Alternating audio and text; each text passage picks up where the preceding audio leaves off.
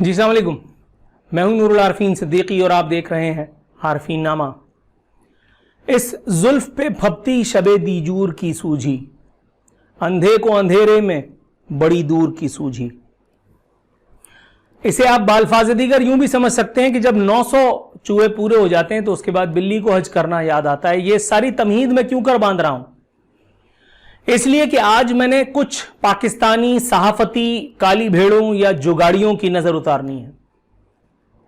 ان جگاڑیوں کی جنہوں نے پیدا گیری کے نت نئے ریکارڈز نہ صرف قائم کیے ہیں بلکہ رہتی دنیا تک پاکستان میں صحافت کے شعبے میں ایک ایسی سیاہ اور ایک ایسی تاریک قسم کی مثال ہیں یہ لوگ کہ ان کے نام پر صبح شام اگر گیلا کر کر کے ان کو جوتے مارے جائیں سمندر پہ لے جا کے تو بھی بات بنے گی نہیں۔ ان کے نامہ اعمال اس حد تک سے آئیں۔ سب سے پہلے جائزہ لیتے ہیں امیاں پوپلے کے ایک ایسے ماورائے عقل بعید از عقل بیان کا۔ یہ پڑھ کر کے ایسا لگتا ہے کہ جیسے حاجی ثناء اللہ خانہ کعبہ کے امام کا پوتا اس قرہ ارض کا سب سے شریف، سب سے نیک اور سب سے صالح اور متقی آدمی یہ بات کر رہا ہے۔ اور در حقیقت بات یہ ہے کہ اس آدمی نے جتنا کالا دھن کمایا ہے وہ اداروں کو بھی پتا ہے اور حکومتوں کو بھی پتا ہے، لیکن نظریہ ضرورت کیا کہنے صاحب فرماتے ہیں کہ اشرف غنی کی رسوائی رہتی دنیا تک یاد رہے گی۔ عالمی میڈیا میں چوٹی کی افغان شخصیات اسے بزدل، دھوکے باز، غدار پکار رہے ہیں۔ مقبول ترین افغان ٹی وی چینل تولو کے مالک سعد محسنی نے کہا اشرف غنی کی قبر پر افغان 100 سال تھوکیں گے۔ یہ بھی کنفرم ہو گیا کہ وہ ڈالرز کے 4 سوٹ کیس سمیت فرار ہوئے۔ ایسا ہی ہے جو بات کی جا رہی ہے۔ اشرف غنی کے نام پر 100 نہیں 1000 سال تک بھی آپ تھوکیں تو اس بدبخت کی گناہوں کی سزا آپ اس کو نہیں دے سکتے۔ عاجز ہے کوئی بھی بندہ بشر اس کی کالی کارناموں کی سزا دینے میں۔ لیکن یہ تبرہ کون کر رہا ہے؟ یہ تبرہ وہ کر رہا ہے جس نے کسی ایک چینل کو دھوکہ نہیں دیا، جس نے کسی ایک ادارے کو دھوکہ نہیں دیا۔ میں چینل سوئچ کرنے پہ بات نہیں کر رہا ہوں، نو نو نو نو نو، وہ سب کرتے ہیں۔ بیٹرمنٹ آپ کا حق ہے، آپ اس کا استعمال کرتے رہیں، کوئی ایسا مسئلہ نہیں ہے۔ یہ مثالیں گئیں پرانی ہو گئیں کہ پتھر پرانا جو ہے وہ بھاری ہو، نو نو نو، ایسا کچھ نہیں ہوتا۔ آپ ویسٹ ہو جاتے ہیں اور کچھ ہو یا نہ ہو۔ در حقیقت جو بات میں کر رہا ہوں اور جس حوالے سے کر رہا ہوں وہ شاید میں اپنے لبوں سے تو ادا نہیں کر پاؤں گا، لیکن کچھ لوگ ایسے ہیں جو میری بات کو بٹوین دا لائنز سمجھ سکتے ہیں۔ ڈالرز کے 4 سوٹ کیس بھرے ہوئے لے کر کے اشرف غنی فرار ہو گیا۔ اس پہ تبرہ کر رہا ہے ایک ایسا آدمی جس نے پیسہ کمانے کا کوئی جائز ناجائز ذریعہ نہیں دیکھا، جس نے رشوت کے عوض نہ صرف پیسے لیے، پلاٹ لیے، پرمٹس لیے، لائسنس لیے اور نہ جانے کیا کیا جو شاید میری عقل آتا بھی اس کا نہ کر پائے، شاید میں آپ کو کنوے بھی نہ کر پاؤں، وہ ساری چیزیں بھی ہیں۔ خود میں غریب، میں نے ایک زمانے میں اسٹرگل کے دور سے بھی پہلے میں نے ایک سٹوری، ایک بہت بڑی شخصیت کے کالے کارناموں کی ایک باقاعدہ پلندہ لے کر کے ایک چینل کے مالک کو اپروچ کیا۔ خوش قسمتی سے مالک تک میری پہنچ ہوئی، میں نے ان کے سامنے سارے ثبوت و شواہد رکھے۔ اس وقت کے وزیر خزانہ اس کا ایک بہت بڑا کانڈ میں نے حوالے کیا اور اس کے بعد میں چلا آیا۔ جب فالو اپ کیا تو پتا چلا کہ وہ ہوتا ہواتا کہانی جو ہے وہ ان تک پہنچی ہے۔ میں ان کی ٹیم کے ساتھ فالو اپ میں آ گیا۔ پھر ایک دن مجھے بتایا گیا کہ بھائی جان اب آپ چپ کر کے بیٹھ جائیں، جو ہونا تھا وہ ہو گیا۔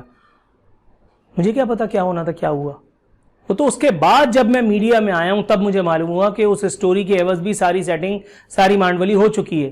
کراچی کا شاید ہی کوئی بڑا بلڈر ایسا ہوگا جس کے آفس میں جا کر کے اس کے لوگ رشوت آج بھی نہ لیتے ہوں۔